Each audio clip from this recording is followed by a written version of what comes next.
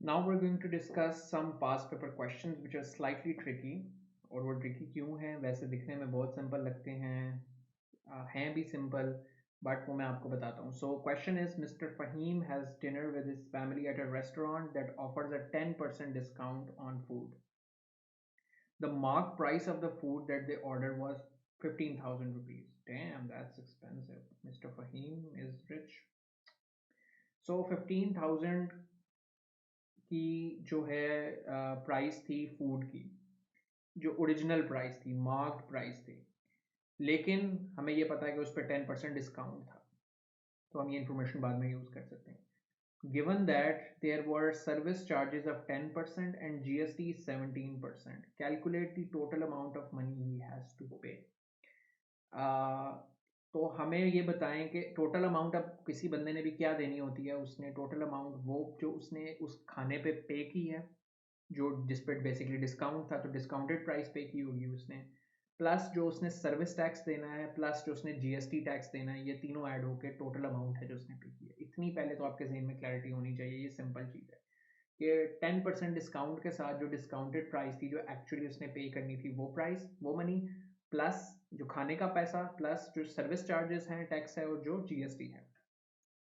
तो पहले हम देखते हैं मार्क प्राइस क्या थी. 15,000. मार्क प्राइस 15,000 थी. तो प्राइस आफ्टर डिस्काउंट कितनी होगी? अगर हम उस पर 10% का डिस्काउंट था, तो 10% का डिस्काउंट होता है 10/100 मल्टीप्लाई बाय जो प्राइस थी 15,000. तो अगर वेरी सिंपली देखें तो ये क्या हो जाएगा आपका 1500. ठीक है, तो ये 1500 बनता है. तो 15,000 में से 1500 माइनस करेंगे जो डिस्काउंट है, तो वो आपका 13,500 का आपका डिस्काउंट बन जाएगा. ठीक है. So this bit we know. जब भी किसी चीज़ पे डिस्काउंट होता है तो उसकी ओरिजिनल वैल्यू में से उसका उतने परसेंट मल्टीप्लाई बाय ओरिजिनल को माइनस कर दें, तो हमारे पास डिस्काउंटेड टोटल जो डिस्काउंट के बाद प्राइस बनती है वो आ जाती है. तो ये हमारे पास पहली प्राइस आ गई जो उसने पे करनी है. दूसरा, उसने क्या करना है? सर्विस चार्जेस पे करने हैं. अब सर्विस चार्जेस जो होते हैं या सर्विस टैक्स जो होता है, वो हमेशा उस प्राइस पे होता है जो आप पे कर रहे हैं, whatever you are paying. ठीक है. अब आप 15,000 नहीं पे कर रहे, तो जो आपके सर्विस चार्जेस हैं वो 15,000 पे नहीं लगेंगे, वो 13,500 पे लगेंगे. तो सर्विस चार्जेस 10% हैं, तो 0.1 इंटू 13,500, यहाँ इसको भी 10/100 मल्टीप्लाई बाय 13,500. तो ये आपका इधर करेंगे तो 1350 आपका सर्विस चार्जेस बन जाते हैं. फिर जीएसटी की पेमेंट.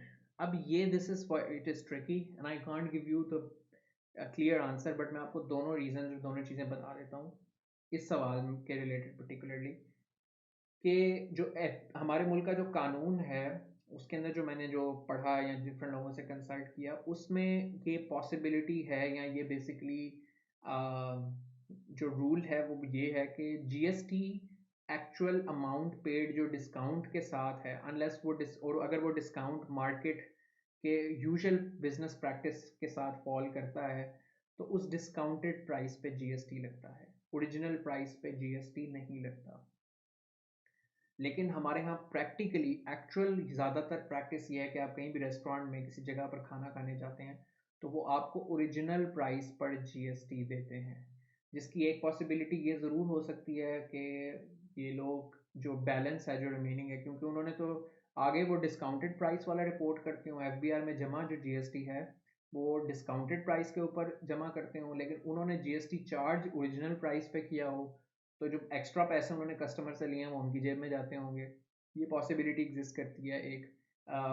बट एक्चुअल प्रैक्टिस में अमूमी तौर पे जीएसटी एक्चुअल ओरिजिनल प्राइस पे लगता है, डिस्काउंटेड प्राइस पे नहीं लगता.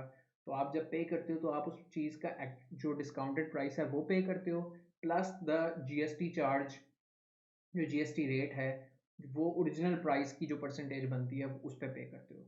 बट जो लॉ है वो प्रिडोमिनेंटली ये कहता है कि आप डिस्काउंटेड प्राइस के ऊपर जीएसटी लगाएं. उसके अंदर एक और कंडीशन भी है कि वो जो डिस्काउंटेड प्राइस है वो नॉर्मल बिजनेस प्रैक्टिस के साथ अलाइन करती होगी, नहीं कॉम्प्लिकेटेड चीज़ है.